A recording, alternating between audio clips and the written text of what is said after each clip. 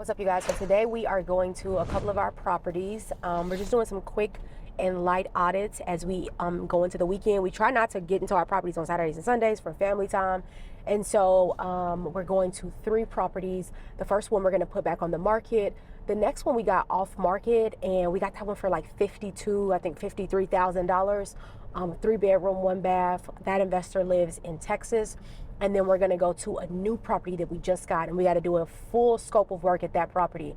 I love the fact that you guys get to see that last property, because you're going to be able to get a little bit of a sneak peek into what it looks like after you buy a property, what things go in place to ensure you make the property livable and safe and increase the equity, which in return increases the rents. So stay tuned and we'll take you to all 3.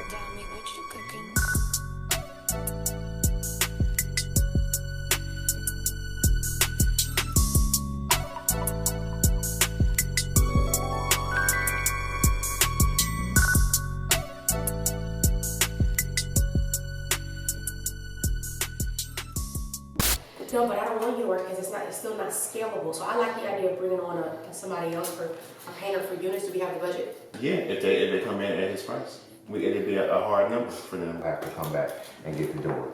So in terms of when you say get it, you mean paint? Paint it, yes. Paint is the word. And I saw that he got it he got overspray from his sprayer. And then just stuff like this. Yeah. Stuff like this. As an investor, you're not investing in this community just to get cash flow. You're investing in this community because you can put your money anywhere. You can put your money in the stock market and never have to pick up trash. You can put your money in other new businesses, new startups, and never have to pick up trash. If you choose to invest in real estate, it's your responsibility to take care of the block, the edifice, and your yard. All of this we own, and so every time we come out here, we should be picking up trash should we see trash. We see our neighbors littering, we should say something, because at the end of the day, we all chase the cash flow, but I'm telling you, the true impact and the true purpose behind what we do is building and sustaining communities, guys.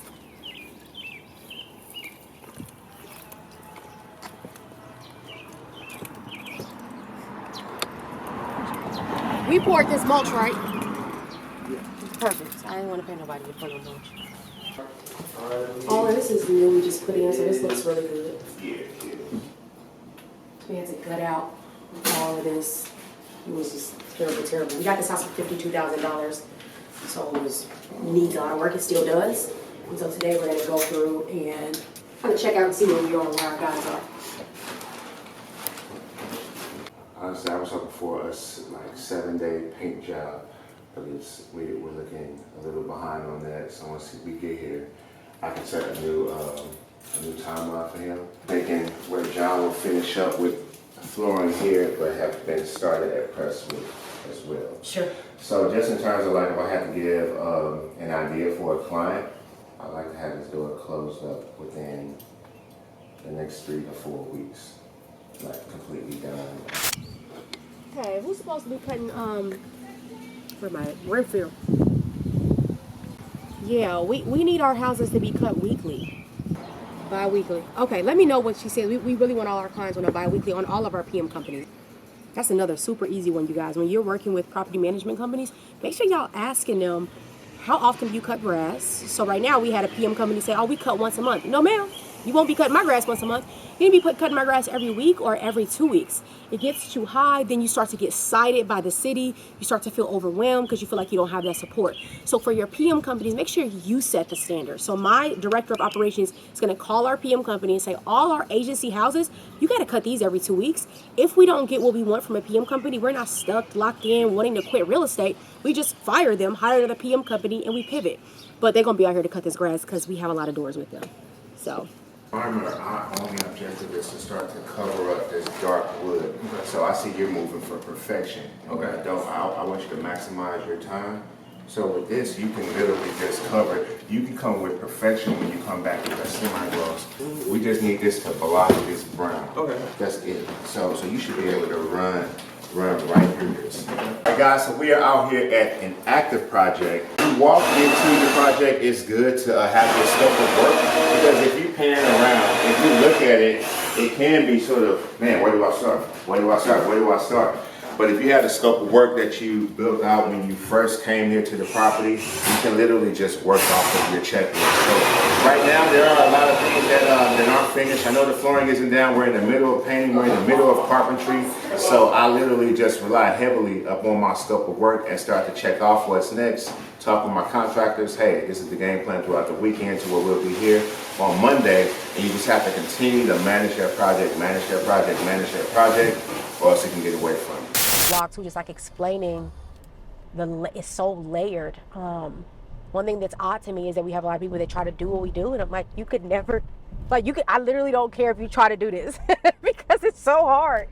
You'll never be able to like emulate it to the point to where we are. A part of it, I tell people all the time, it's the anointing we have and the people that work with us.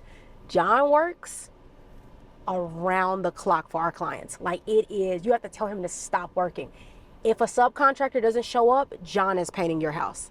Like he's driving out there, putting his kids to bed and then going over to a house to rake your yard or to mow your grass. Like, and you never know that. You're never invoiced an additional amount because John didn't spend a weekend with his family, right? And same with myself. We're on your properties, making sure things are done, and my clients get to lay back. John says it all the time. We want to put our clients in a position of luxury. What does luxury feel like in real estate? As passive as possible. Just like when we just pulled up to that house and that subcontractor was not there, we're not going to call our client and say, your subcontractor isn't there, we're going to be a week behind. Now, John is saying you got to work through the weekend, right? Those are the pivots and shifts that we're able to do in this business because we see things from a high level, and it allows us to protect the client, like show what's good, protect the client, and still move forward and get the job done. So when you're managing people, budgets, renovations, it's hot outside. I mean, it's just so many things that go into what we do. It's incredibly unique to find people like John Lewis, Janae Kendrick, Jolanda, all my realtors, Maya, Danielle, that are overly committed to the client success. One of the things I'll say, and then I'll be quiet, that makes us so unique is that we really drive home integrity. So we coach and manage our subcontractors, our renovations, and our projects like they're ours, right? And when people don't meet the standard, they are let go just like in any other business. So we're not slothful with our clients' money. We're really meticulous on who we hire, what and where we put the dollar. And it makes a huge difference when our clients are trusting us to get it right. Okay. Nice street. This is a great street. I love that. We probably need to look into this one, 1291. We need to look into that one right here. So when we're on a house, we're going to buy this house, but we see another vacant house across the street. First thing I'm going to do is send an instant message to my team and for them to start looking up who's the owner of this home and see if we can control both assets. So when I look out, I can clearly see, you can see the branches. Somebody's cutting the grass, so maybe they do want to hold it, but in the event that they want to sell it, we want to be the buyers. So I'm going to send this to my team right now. We got an email from our lending partner on this house, and we got to have the numbers back immediately. So we just got this house yesterday, but we have to have our full scope of work, everything that we're going to do on the property, every dime we're going to spend. We have to send that into a report, make it into a report, and then send that into the lending partners to get it approved so we can break ground and start. Usually we have a few weeks to do that. For this particular lending partner, they wanted it done immediately. So now we're on site like immediately. Our client is a doctor actually in the Philly area. She's not on site with me doing this with me. She hired us to do it on her behalf and to represent her fully and to get it right. That's the part I want y'all to take. How do you get it right? You have to hire experts. So John is starting on the outside. We always start on the outside. We're going to catch up with him right around here. I'm wrong with a little snake bite every Man. This is a nice house though. I'm not even on the inside and I already know it's a steal. $77,000. We're going to convert this from a 2-bedroom to a 3-bedroom. John's going to do all the work in terms of getting that scope of work done, submitting it to our lending partners. We're going to take you guys inside and give you guys a little bit of behind the scenes of what happens on his desk. Let's do it. Haven't seen it yet. We have these electronic keys that he's using to get into the house. It's just for realtors only. And so one of the things that's unique about the agency is, like, I think 90% of our employees have their realtor license. So if anybody needs to help or do something, no matter if it's a GC or if it's me as the CEO, I can jump in and help on the realtor side.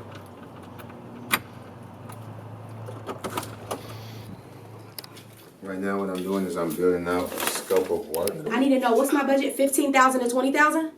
Yes, ma'am. All right, I think we can do it. All right, I'll let you know. All right, bye. I just hit 15 to 20,000. That means we can. The bones are here, and what I mean by that is we got a new system outside. So now I'm just gonna go through and help John out, turn on all the electricity, because what you actually buy is the systems. So that electricity works. We just need new bulbs. So I don't care about how this looks. I can get somebody in here and pull this carpet up. This floor will look absolutely amazing. We got a refrigerator already. We got a dishwasher. We got a microwave. We got a stove. I'm willing to bet that 90% of those appliances already work. Your electricity is already on. Let's find the thermostat and test our air conditioner. You can hear? Yeah. Never, ever, ever, you guys, when you're buying your rental properties, never put carpet in your rentals. We're going to show you some B-roll of how sick this carpet is, absolutely disgusting. And as a landlord, you're going to have to keep tearing it out and putting new carpet in. Just go in there and lay some luxury vinyl plank and be done with it. Never use carpet in your rentals. We can make this like a master suite style. Yeah. The closet to be right here if I want to stay away from the power. Just have them frame it off of here. Oh, they tiled up the whole bathroom. Okay. I will keep it though. Keep this towel. Give me a new light. Yeah, a new light. New vanity. New vanity. Okay, cool. Yeah, all right. So it's some meat for me to bite onto. You got it. All right, guys. When you're looking to, you're about to go into a semi to a full reno. Take into account anything that you're going to be doing inside that property where you may need to pull a permit. For us in particular, we just got done with one in St. Louis County. We know that a big part of our value add that we're going after with this property is to make a third bedroom. We're actually standing in it right now, but some things that we need is a closet build out, as well as we have to frame up a wall and a door here, an entry door. So I'm going to have to pull a building permit for that. Also, another thing that I noticed when I first got out of the car is that I'm spending money before I even walk inside of the home. So I have overgrown bushes in the front, and I have overgrown bushes and vegetation coming all the way to my back door. So it's things like that that oftentimes we think that our renovation cost is going into a nice new fan or a nice new faucet or a nice new flooring, but those items have to be addressed as well, and they often are placed on the back burner. But we need money to address that the same way that we need money to lay new flooring. So keep those types of things in mind. Permits, as well as the non-traditional renovation task that has to be completed before you either sell a home, put a tenant in it, or even just pass occupancy inspection.